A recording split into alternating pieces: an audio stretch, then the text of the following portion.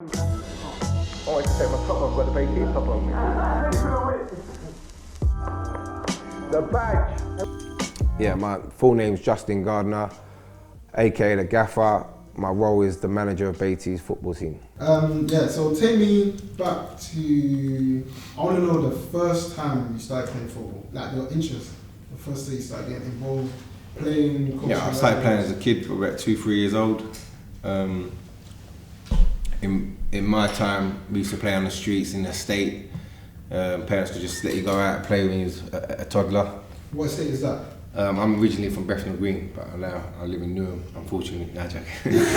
But yeah, I'm originally from Bethnal Green, East London. So that's where I was born and raised, with a little spell in South London. But yeah, that's where I played football from the age of 3 in the estate. Didn't play for a team until I was about 8 years old. What team my was first that? team, Bancroft. Bancroft. Yeah. In the same area? Yeah, it's Bethnal Green based, like more Cambridge East side road, but yeah, same area. Played for them. Then What position or no position? I was centre mid when I was a kid, believe it or not. And football's always been with me my whole life. I think I received my first Tottenham kit when I was 2-3 years old. So for my sins, I was a Tottenham fan.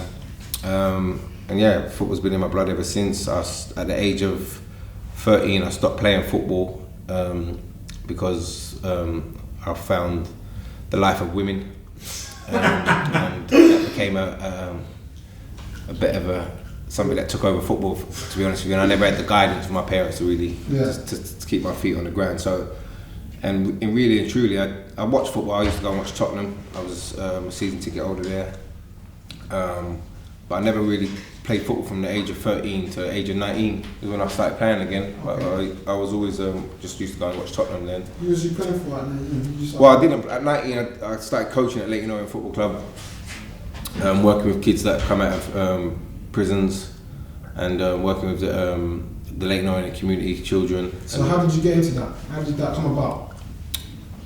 Do you remember? To be honest, I just applied for a job there, and I wanted to get back into football coaching. I didn't think I was ever going to be good enough to play football. Not playing from the age of 13 and then picking up the ball at 19 was, I don't think, going to be realistic. My ability would have been as a kid. Yeah. So I got into coaching, and then after a few months being there, we used to have games every Thursday for kids that come out of prison to play football. Yeah. And there was sort of a player one day, and my boss asked me, do I want to play? And I said to him, I had played football for 7-8 years, I don't even own a pair of boots or shin pads. But anyway, I managed to borrow some. For some reason, I played right back, because I think that's where they were short in that position.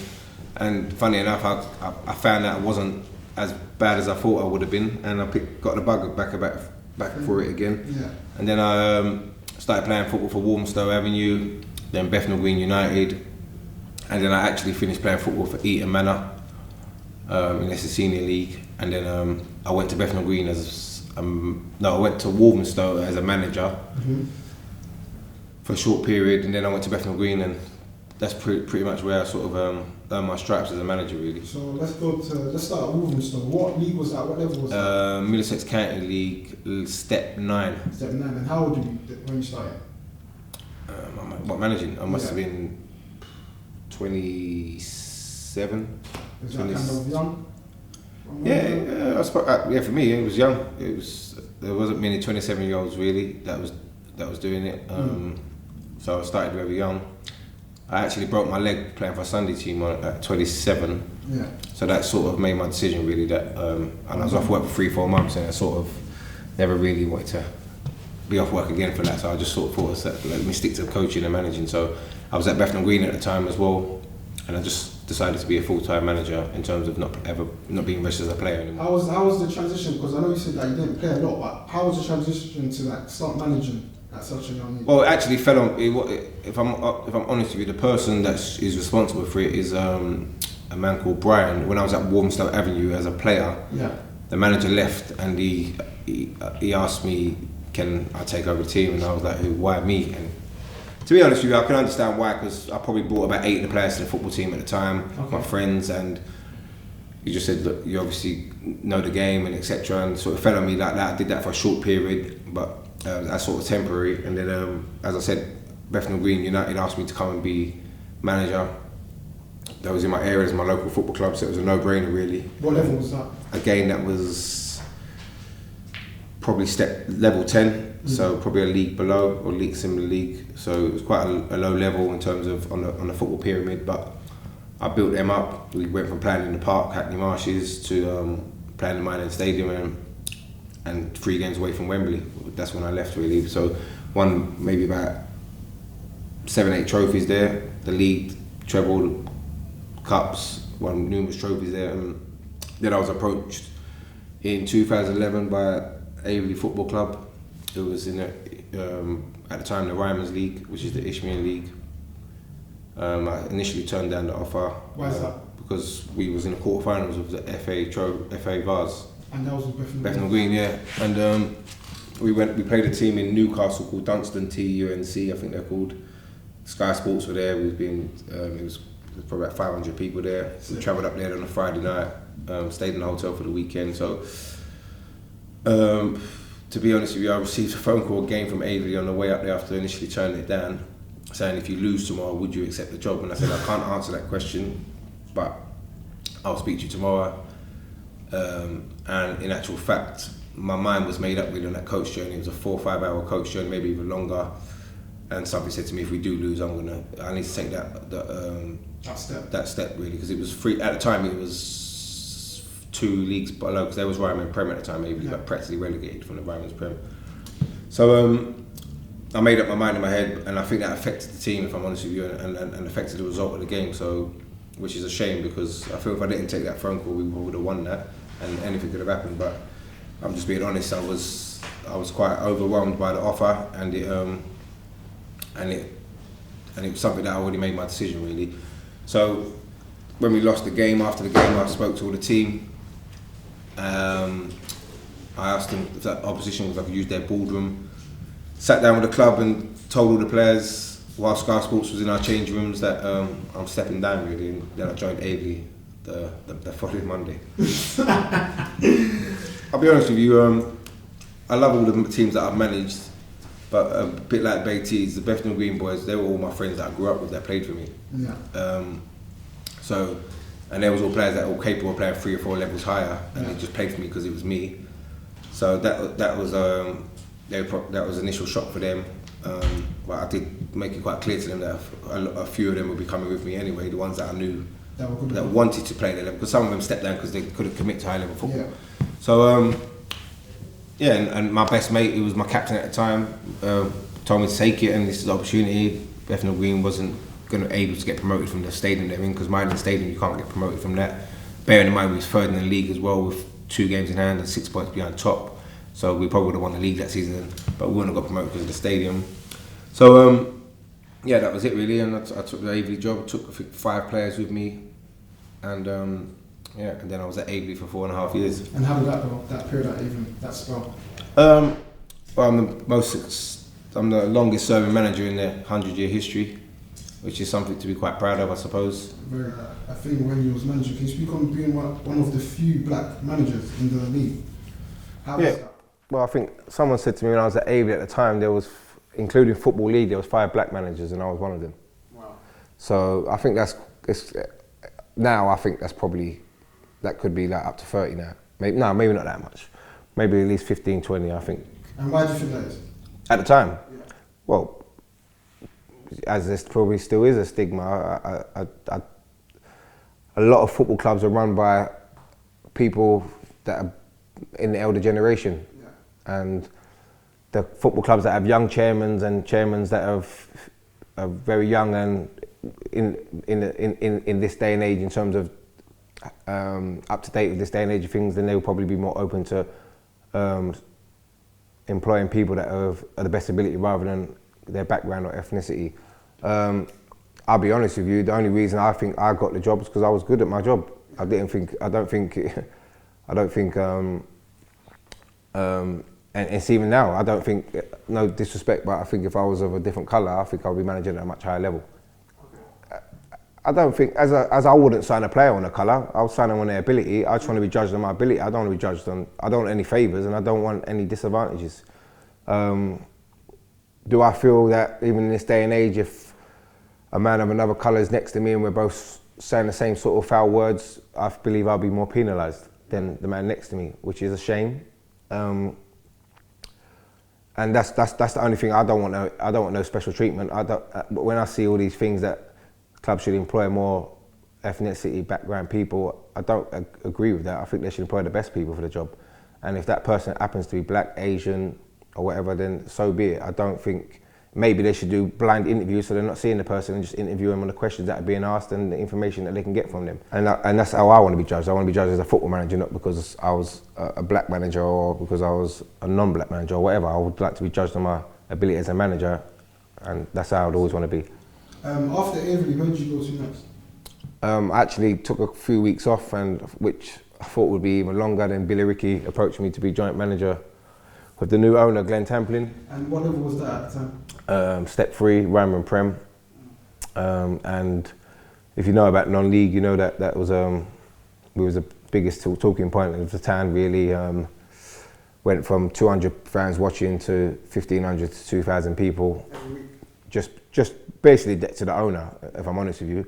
Signing Jermaine Pennant, Jamie O'Hara, Paul Konchesky, so ex-England players. And yeah, it was. I went from working on £700 a week to a budget of 20 grand a week. So how was that?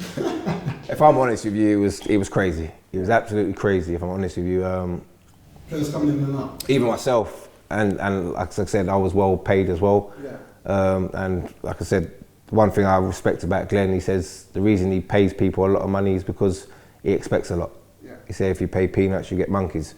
Yeah, so he's always believed pay over the odds because you want to ask them to give you over the odds in terms of performances and how did you do? We won in my time there. I was only there I think for 6 months, I believe, from October to probably 7-8 months. So from October to April, I don't know what that is, 7-8 months, and we won the League Cup. I also was coaching the under-23, managing the under-23s. We won that league.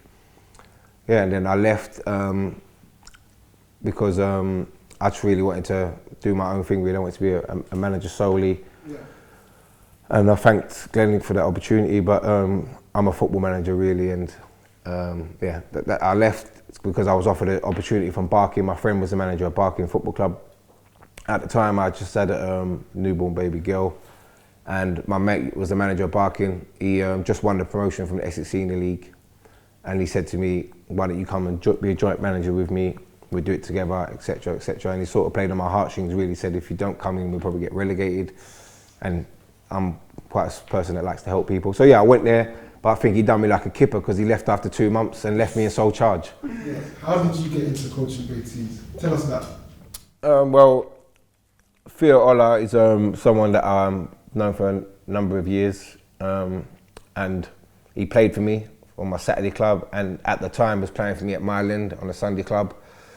And he told me about a thing that he's doing where he's doing challenges on YouTube. So I just sat him down and said, why don't we bring it to 11-a-side, and those same players, because he had some good players doing the challenges, and I just thought that I liked what he was doing with the Baiteze, and I said to him, why don't you bring it to 11-a-side and let's bring all the players over to Myland and merge and build it from there really. And how did the players that you had at Myland feel about that? If anyone knows me, I'm about winning football matches, so I'm not a person that says, oh, you have to go, but it did rub a lot of players up the wrong way. But I never told anyone to leave. I just said we're going to be improving the team, and even to this day, it still upsets some Baiteze players. I'll always pick the best players, and I won't get it right all the time, but I think I get it right majority of the time. How was the first game ever for Baiteze? How did that go? Who was that against? How did it go? Where was it? I really can't remember what he got. Oh, I tell you, I do remember it was. We lost. If I remember, I think we lost 4-1. I remember. Who was that against? El Valiente? Yeah, it was against El Valiente. To be fair, we were a good team. But one thing I was concerned about, which out of the old players that played for Myland, the ones that did stay was Theo, obviously, because he's part of Baiteze, Rash, Olu, I think that's it, if I'm not mistaken. Yeah, so there was the three that stayed. And them three and myself was trying to tell the players that came that it is not going to be easy. Yeah, this is obviously anyone that hasn't played Sunday, and I think a lot of those boys didn't play Sunday football because they've all either played ex-academies or ex-professional academies or Saturday football, and they probably saw some of the, because to be fair, some of the El Vanti players were quite big and probably like just come out the pub. But and I just said to him, listen, I'm telling you now, you're going to be a culture shock. And I think we went 1-0 up, if I'm not mistaken. I'm not mistaken, I can't remember. I think we went 1-0 up, but I just said to the boys, and I think that was the worst thing to happen to us. If we would have gone 1-0 down, I think we would have won that game. Yeah. But going 1-0 up, I think the boys thought, playing against players that are not in shape, we're just going to have a jolly up here. And we just got absolutely bullied. And to be fair, it's probably the best thing that happened because rather than winning a couple of easy games and then it happens early, after 3 or 4 games we've won, it might have been costly, but it happened early doors, and I think that woke everyone up. People like Imed, for example, he probably never thought he would be getting kicked the way he was getting kicked. It weren't just him, there was loads of players. It was a culture shock to everyone, and I just said to him, listen, use that play Saturday. I said the difference between this and Saturday, and I'll be honest with you, I've even brought players that have want to play Saturday football into the Sunday thing, because I think if you can get through that and you've got ability, you're going to do very well on Saturday football, because the physicality on Sunday, people don't care. They don't care who you are. They don't care where Baiteze. They're going to come in and smash you. They're going to foul you. They're not worried about upsetting anyone. And I think it's a good grounding. And the standard now is, for me, I reckon 3 or 4 teams in our league would hold their own in the Ryman's North. Can you speak on the stand? Because you was managing my name for how long before Baiteze came on? 2 years, I think. So can you speak on the standard from 2 years before to now? Yeah, the standard I've seen this season, the best. It's in terms of every year, I think, even up to last year, there was only 2 teams, and I think it was only us and, I suppose there's 3, us, Bartlett and Crystal, but you knew it was only out of us and Bartlett. This season, you couldn't call who was going to win the league. It'd be at least 4 teams. So for me, the standards got up high, the quality of players got up high. Most of the Sunday teams, apart from Baiteze, are training. So that tells you how serious it's getting. I can name you 3 or 4 teams that are training. Every team apart from us are out warming up 45 minutes before kickoffs. That's something we may have to look at if we want to improve, because I think we've got away with it for the last few years, but maybe that's something we need to, me and Billy need to discuss. Maybe we need to change that. You felt a change of like your personal life? Oh, the only thing is obviously when I'm out with my family in Asda or walking down the streets, or I was in Mexico in May, and someone said, I recognise you from Baiteze. So that, those kind of things, that's when you think, that's probably the times where I think, wow. Yeah. If I'm honest with you, 9 times out of 10, I don't really, they're the times when I think, wow, this is really big, because strangers are recognising me. So, that's where you think, obviously, you're hitting a global market, a wider audience. So, as I said, I was in Mexico, and some guy that lived in Liverpool recognised me. So I want to know, what's your long-term goal personally for Baiteze, and what's your goal for the group long-term? Well, my goal for Baiteze is to grow it so much that everyone can earn a living from it. Whether that's individual or collective, that people can, because people are working hard and people put a lot of years into it, and those that have worked hard, I'd like to see them reap the rewards. The media team, the management team, the managers, the players. I would like everyone to reap their rewards, but we have to continue to keep growing it. We have to continue to keep pushing our content out. And second part of the question, where do I see? What was the second part? Your personal. My personal thing is, I just want to win. I'm a winner. I just want to win trophies. I'm not. Obviously, I would like to. All the sponsors we're getting and all the recognised is all nice and all that. But I'll be totally honest with you. If we're not winning football games and I'm receiving those things, I don't think I would want to be part of the organisation, because that's not what I'm in football for. I'm not in football to get free clothes and to get free sponsors. I'm in football to win football matches and win trophies. And when I finish football, I'd like to look back and think I was successful as manager, rather so than I got free clothes. So what does happen when you're winning football matches, people want a piece of the pie. So that's when you should be rewarded.